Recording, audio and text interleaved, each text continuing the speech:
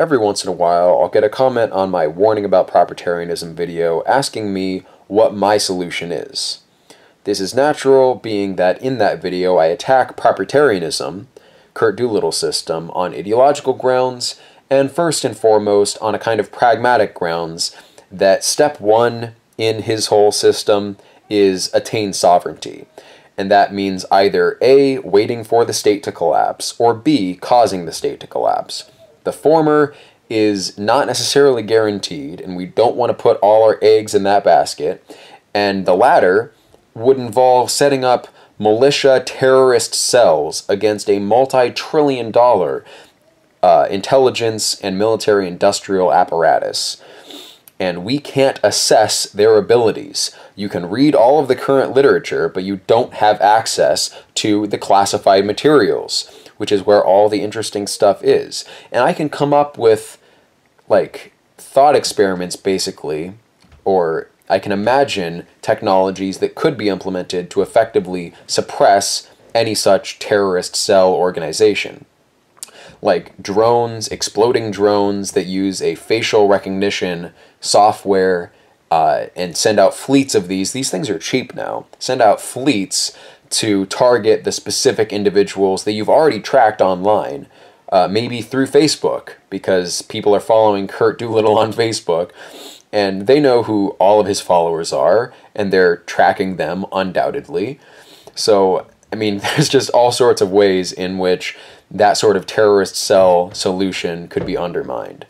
We're not dealing with idiots, we're dealing with a very sophisticated status quo power. But anyway, so that's why I criticize propertarianism, among other ideological reasons that you can go to that video to view. But what is my solution? If I didn't offer a solution, then you could fairly criticize me of a mentality of critique, as Curt Doolittle himself does criticize people for, because that kind of mentality is unproductive. We don't know with certainty that any one individual solution will be sufficient. So we invest in the most promising solutions, and if they don't pan out, then we move on to others. But experiment is the basis here of political success, I believe. And so yeah, if I didn't have an alternative, then why not just follow Curt's solution? At least it's something. At least it's not just sitting on your hands.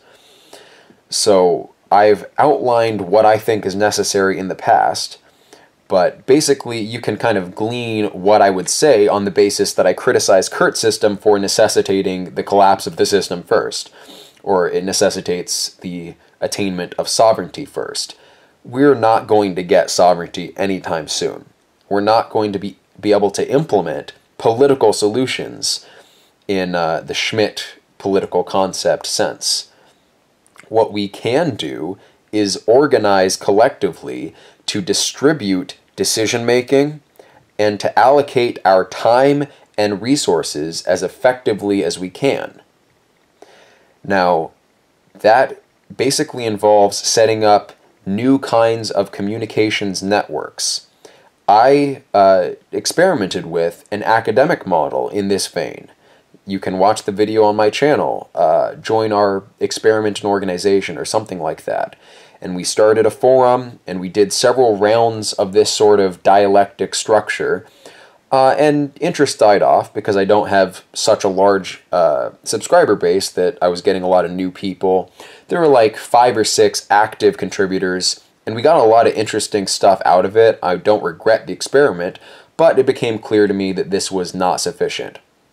So that's basically what I think is necessary. A new kind of communications infrastructure that serves an academic function, a social function. That function was kind of absent in the experiment that we tried. But more generally, in the most general terms, we need to find a way of organizing the kind of information we take in and the information that we put out. That's what we have to deal with, our words. So the way that we take in information is based on YouTube algorithms, is based on social acceptability, it's based on clout, and this is not necessarily going to be a winning strategy.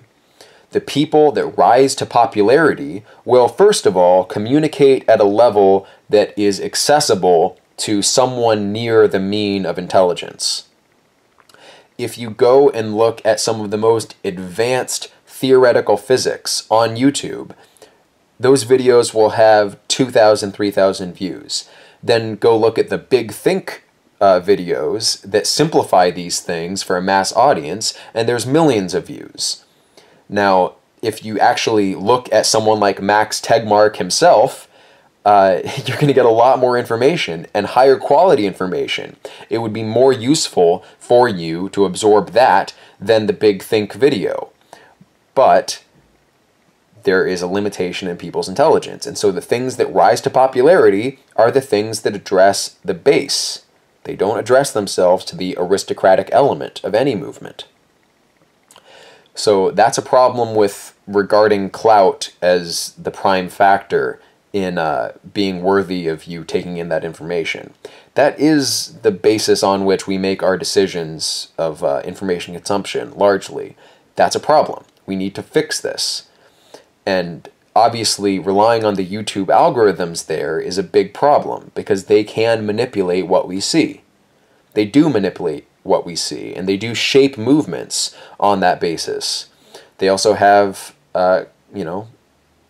covert agents. They have plants. They have controlled opposition. And since they control the algorithms, they can direct traffic to them, and they're savvy. They'll be able to pick up on the memes that we're using, on the social signals that we're using, and they will demonstrate those same behaviors, and in a systematic and calculating way, and they'll gain large audiences and control how the ideological progression unfolds.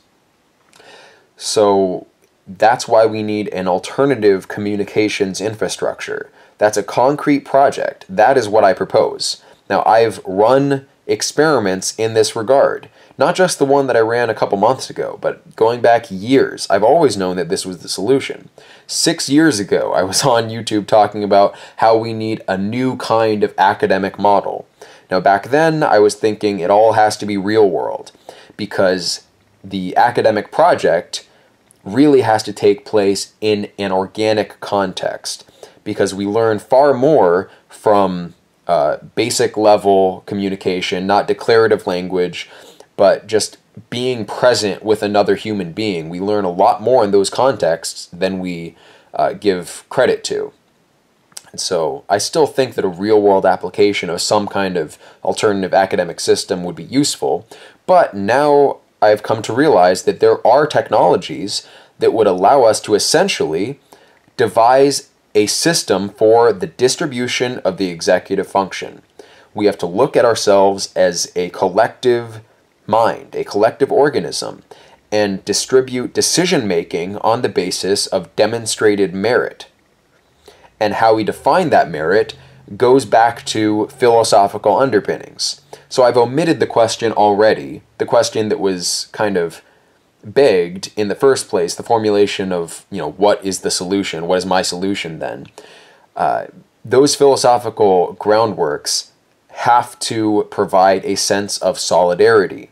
This is one of the reasons that I advocate moral realism. If you don't have moral realism, you don't have a shared conception of the good, and the basis of cooperation will be circumstantial. It will be based on a constellation of interests. If you're in a small town, that's enough. If you're in a tribe, that's enough. But online, when people are diffused, and even their intellectual interests vary from month to month, you're not going to have a solid structure within which to effectively distribute the executive and optimize our information consumption and production. That is what has to be done. But there are technologies that would allow us to optimize this. Holochain networks are very difficult to censor, and social credit-based cryptocurrencies could provide an effective mechanism for distributing decision-making, distributing effectively social power. If you let it run ad hoc on YouTube, on Twitter, on Facebook, on the networks that the status quo power controls, you will fall prey to their designs. I think that's just obviously true. You have to set up an alternative, and even something like Gab. Now, I've never even gone on that website. I don't know what goes on there, but it seems to me, based on what I've heard, that it's also based on clout. It's also based on popularity and what the average person wants to view. So that's not sufficient. We need a formal communications network based in some kind of technology, maybe holochain, that distributes the executive function, distributes decision-making in a way that directs information to the people that need it and directs them to information-oriented tasks in an effective way. This would look like, in a concrete sense, in a way that would actually benefit people. Like, you have to decide, I applied for 2 different jobs, and both are willing to offer me the position, so which do I choose? If you don't know the technological climate, you might go into a field that's going to be obsolete in 10 years. So you want to consult people. That's an example of distributing the executive, where people know more than you. People within your same kind of ideological sphere know more than you and could tell you what to effectively do, or where you should invest, or if we should pool money and invest in something that is not accessible to a small investor. But I think I strayed from, so that's what it would look like. How does the distribution of the executive help people? It allows them to make informed decisions, and it also gives them the right sort of information. Not just what they're interested in at that moment, but what is necessary for themselves and for the broader social collective. But again, I'm straying from the point, which is we need a philosophical underpinning to allow a shared conception of the good to engender this kind of cooperation. That's why I have a whole philosophical system, from metaphysics to ethics to cosmology to politics. And epistemology, I think, can't be codified because it's what you're using in the first place, but I do have a basic kind of phenomenological epistemological method, inherited largely from Schopenhauer, but also from Husserl and Heidegger to some extent. And there are intellectuals on the internet, like the Trudel Tom crew, him, Joel Davis, who recently started his YouTube channel, and Imperius, and there's others, I think, who are interested in this same kind of approach at an epistemological level, and they converge somewhat on my metaphysical precepts as well. But anyway, so there's room for growth in this kind of philosophical, groundwork. I have my views, and basically the step that we're at is we have to solidify that. In the past, we have been based the alt-right, and I say we because I publicly identified as alt-right in the past. I think I was misled. It was a big tent movement. I didn't quite know that it was going to turn into white nationalism. I never identified as a white nationalist. I think that's short-sighted and playing into the archetype of the villain established by the enemy. You're just fulfilling the mythological archetype that has been set up for you to fail. So don't play into the system's designs, their mythological framework. Design your own. That's why I would say this philosophical groundwork is more important than something like biological identity. First of all, there are guidelines online against exclusionary politics, and fixed, immutable biological characteristics are not the thing to focus on. For an individual. For an individual, your genes are immutable, your race is immutable.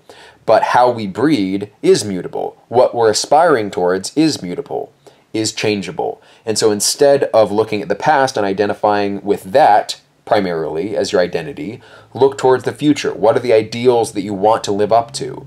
You could still even value certain kinds of phenotypes, certain aesthetic ideals of beauty, but be open to anyone who's willing to participate in that. That's how Indo-European systems have always worked, by the way. This is the traditional method for Indo-European peoples. They've never been homogeneous genetic populations, except somewhere like Scandinavia. And Scandinavia didn't even develop all that much until they started absorbing people from other places. I'm not talking about the recent migrations, but until they started really getting involved in continental politics. And they got involved in a very big way and had a large influence at that point. But anyway, this racial thinking is not useful anymore. Drop the race concept. Look to this philosophical groundwork. You want an ethical ideal that'll give you aesthetic ideals in tandem with it. Ethics and aesthetics, I think, are not entirely separable. None of these categories are truly separable. That's one of the things that Joel Davis is talking about with performatism as a postmodern approach to communication. There's been a kind of reification fallacy writ large in modernist thinking, in rationalistic thinking, where we devise these categories as tools to think with, but then we believe in them and think that they are the real thing. They are the reality. The reality itself, as experientially given, is inseparable, is a unity.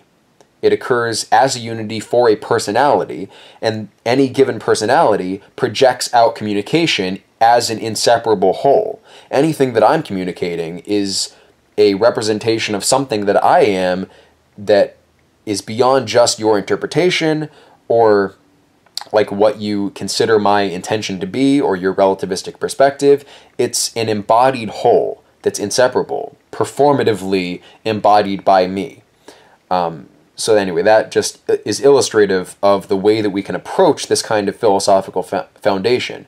Not necessarily metaphysics separate from ethics, separate from politics. It's one entire system, but we can nevertheless use concepts recognizing their kind of heuristic nature. All concepts are heuristic.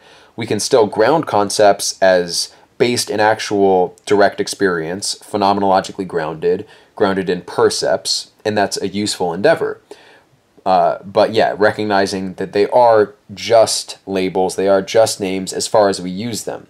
This doesn't mean we have to accept nominalism, but it does mean we have to be a little bit humble about the way that we draw our categorical distinctions. Of course, I differ from Joel Davis in accepting moral realism, but I accept, and if you watched my debate with JF, you could tell that my moral realism is basically karma. It's not that there's a set of good behaviors and bad behaviors and these apply across all possible contexts. It's that in any given context, there is a real ethical reality that we have to deal with. We're presented with it existentially. We have to navigate it. The good consequences are real. The bad consequences are real. This is a fact of life. Karma is a fact of life, and societies at a broader level also have a kind of ethical structure built into them. And, you know, unlike Joel Davis, I don't think that, it doesn't matter who should be in charge. It just matters who is in charge. That's formalism in his interpretation. I do think it matters who should be in charge because depending on who's in charge, a given society will live up to its dharmic requirements and survive. Or if the wrong people are in charge, it won't and it'll fail. So that's why it matters who's in charge. That's why moral realism matters. Anyway, but these things are not as cut and dry and rationalistic as in some kind of like Thomistic system.